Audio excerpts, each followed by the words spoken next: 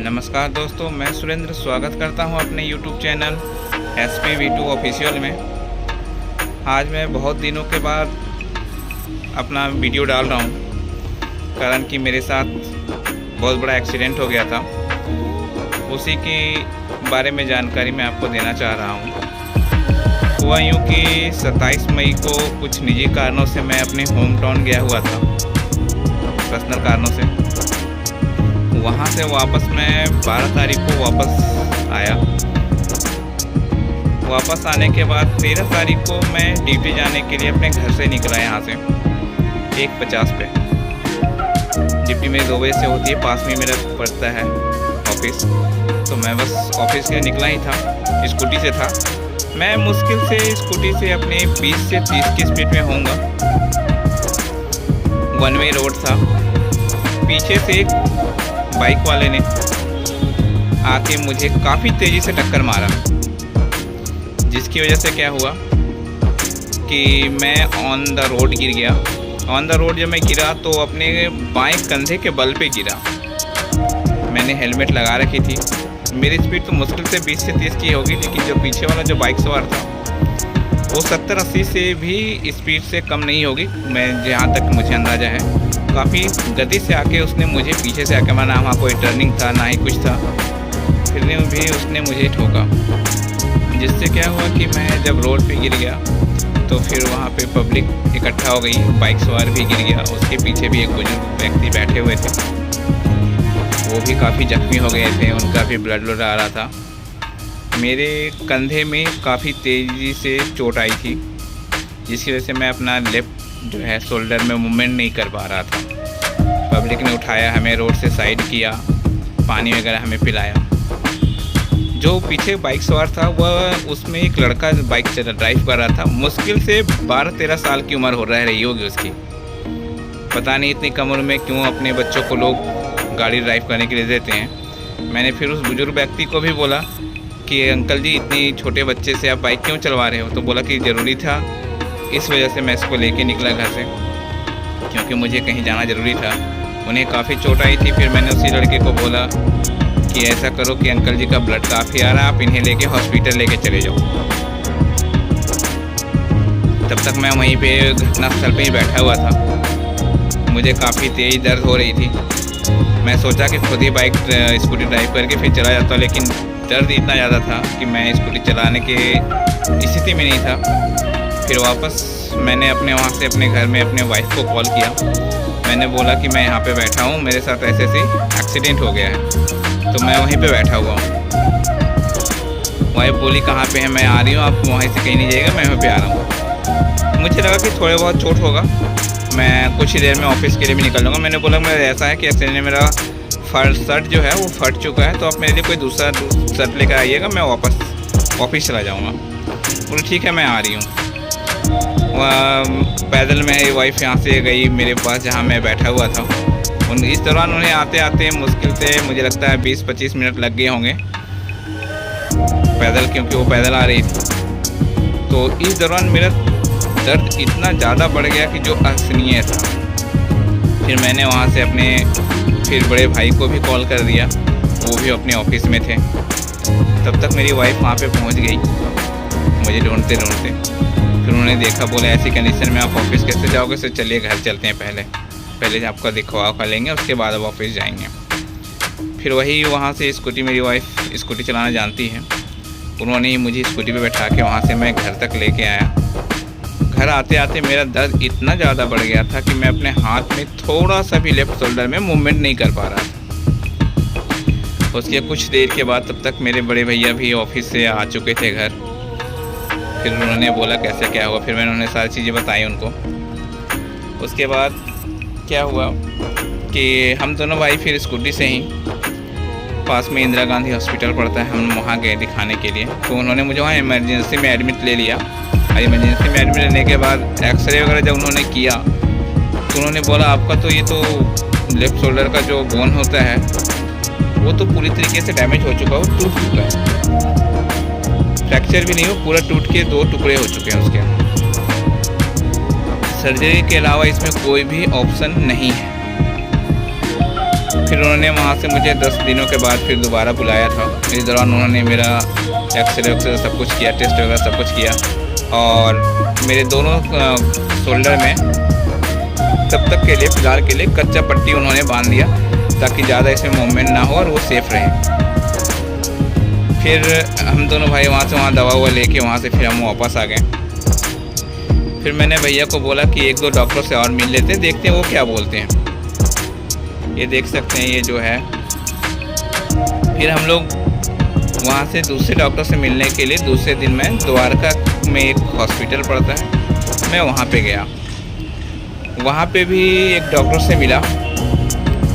उन्होंने बोला ये आपका तो बिल्कुल, उन्होंने सही बोला है कि इसका सर्जरी के अलावा दूसरा कोई ऑप्शन नहीं है, तो आपको यहाँ पे सर्जरी करानी ही होगी। इसमें एक प्लेट डालेंगे हम। उसके साथ ही साथ उन्होंने एक चीज़ और बताया कि यहाँ से आपका जो नीचे का जो मांस होता है वो ये हो चुका है, फ्रैक्चर हो चुका है, तो हम आपका जांघ वगैरह कहीं से भी मांस का टुकड़ा लेंगे, उस नीचे डालेंगे, उसके ऊपर तब हम प्लेट लगाएंगे। हमने पूछा कि इस दौरान कितना इसमें खर्चा आ जाएगा, तो उन्होंने 1.5 से 2 लाख का खर्च मुझे बताया कि इतना आपको खर्चा आ जाएगा। तो फिर हमने बोला कि 1-2 डॉक्टर से और एडवाइस ले लेते हैं, देखते हैं वो क्या बोलते हैं। लास्ट में तो फिर हमें सर्जरी करवानी ही है। इसके बाद फिर मैं सर गंगाराम हॉस्पिटल में भी गया, वहाँ पे भी दिखाया मैंने डॉक्टर से। वहाँ भी सेम बताया उन्होंने कि इस तरीके से आपका इसमें प्लेट डालना होगा। विदाउट प्लेट डाले इसमें कोई ऑप्शन ही नहीं है कि आपका ऐसे अपने आप बैंडेज करने से ये सही हो जाएगा। फिर वहाँ से फिर हम वापस आ गए। उसके अगले दिन फिर मैं SGT में गया दिखाने के लिए। वहाँ पे भी डॉक्टरों से मिला। वहाँ के डॉक्टरों ने बोला ठीक है हम आपका यहाँ पे ऑपरेट करेंगे। उन्होंने भी सेम वही बताया किस तरीके से यहाँ पे प्लेट डालना होगा, प्लेट डाल के होगा सर्जरी। हमने बोला सर ऐसे कोई ऑप्शन नहीं है, तो उन्होंने बोला नहीं सर ऐसे कुछ ऑप्शन नहीं है, ऐसे आपको ठीक होने का कोई बात नहीं की और ठीक हो जाएगा। फिर हमने वहीं पे डिसाइड किया कि यहीं पे यही डॉक्टर हमारा ऑपरेट करेंगे, इन्हीं से हम अपना ट्रीटमेंट करवाएंगे। फिर मैं वहाँ पे एडमिट हो गया। एडमिट होने के बाद इस दौरान मतलब चेक वगैरह सब कुछ कराते वगैरह 20-22 तारीख तक हो गया। फिर 23 तारीख को मेरा ऑपरेशन होना तय हुआ। भैया मेरी वाइफ सारे वहीं पे थे। ऑपरेशन थिएटर में मुझे ले जाया गया, वहाँ पे सब कुछ दवा हुआ पहले दे ओके। तो ऑपरेशन थिएटर में जाने के बाद डॉक्टर ने सिर्फ मेरे से पूछा कि आप ड्रिंक वगैरह गुटखा वगैरह कुछ लेते हो? मैंने बोला नहीं सर मैं कुछ नहीं लेता हूँ। इस दौरान बात करते करते दौरान उन्होंने मेरे नाक पे कुछ सुंघाया, कुछ पाइप जैसा लगाया, जिसके बाद फिर मुझे पता भी नहीं चला कि मैं कहाँ हूँ नहीं हूँ। मैं उसके बाद बेहोश हो गया। करीबन 8 बजे मुझे वो सर्जरी रूम में 8 से 8:30 बजे के दौरान लेके गए थे। सर्जरी काफ़ी लंबी चली। उसके बाद फिर 3-4 बजे के लगभग में मुझे होश आया तो मुझे लगा कि मैं भी सो के उठा हूँ, मेरी अभी सर्जरी हुई नहीं, होनी बाकी है। लेकिन फिर मैंने राइट हैंड से जब अपने शोल्डर को टच किया तो मुझे एहसास हुआ कि यहाँ पे पट्टी वगैरह लगा है। तब मुझे एहसास हुआ कि ये हो चुका है मेरा सर्जरी। उसके बाद फिर जब उन्होंने देखा, नर्स और कंप्यूटर जो वहाँ पे मौजूद थे, उन्होंने देखा जब मेरा होश आ गया तो फिर वो उन्होंने बोला कि इसको ICU में शिफ्ट कर दो। उसके बाद फिर उन्होंने मुझे ICU में शिफ्ट कर दिया।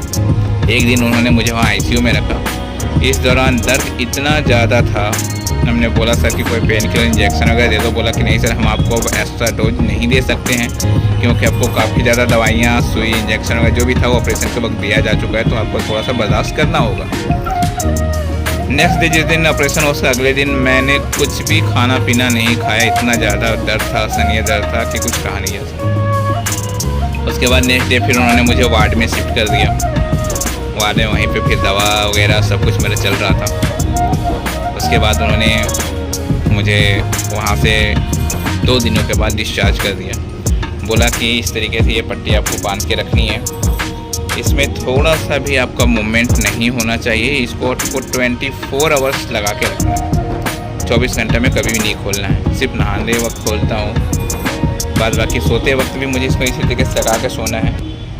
सोते वक्त भी मुझे सीधा ही सोना है, ना करवट ले सकते हैं ना कुछ कर सकते हैं, सीधा सीधी।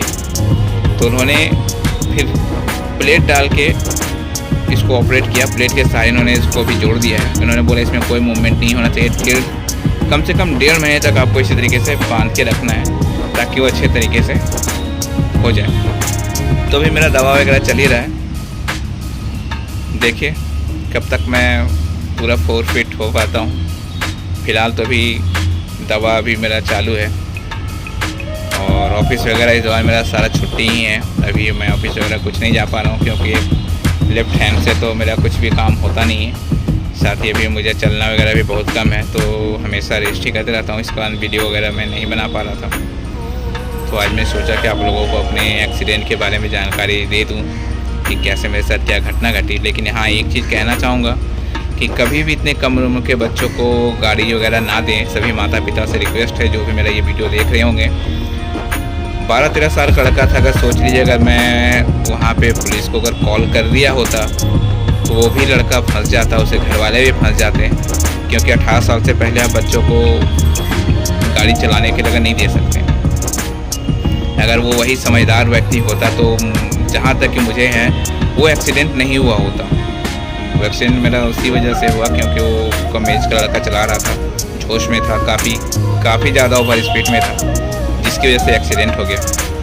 और कहा भी जाता है कि अगर आपके साथ कुछ घटना होनी हो तो उसको कोई नहीं टाल सकता है। ऐसा मैं इसलिए कह रहा हूँ क्योंकि मैं जब गांव गया हुआ था तो वहाँ से मेरी छुट्टियाँ ख़त्म हो गई थी ऑफिस की। तो मैं सोचा कि चलो लेट हो रहा है और मैं ट्रेन की टिकट के लिए तत्काल के लिए बुकिंग के लिए लगाया था। मेरा बुकिंग नहीं हो पाया। मैंने वाइफ से बोला कि काफ़ी लेट हो रहा है तो चलो बस से हम लोग चलते हैं। तो मैं बस से ही आ गया वहाँ से कि 11 को चला, 12 को दिल्ली पहुँचा मैं।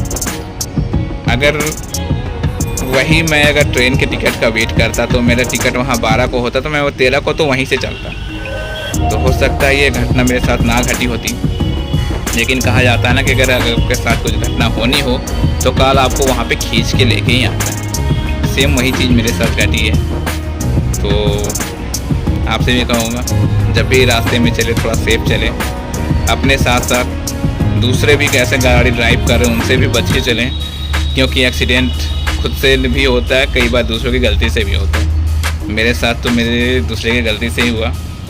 तो बस सही से रहें और सुरक्षित रहें।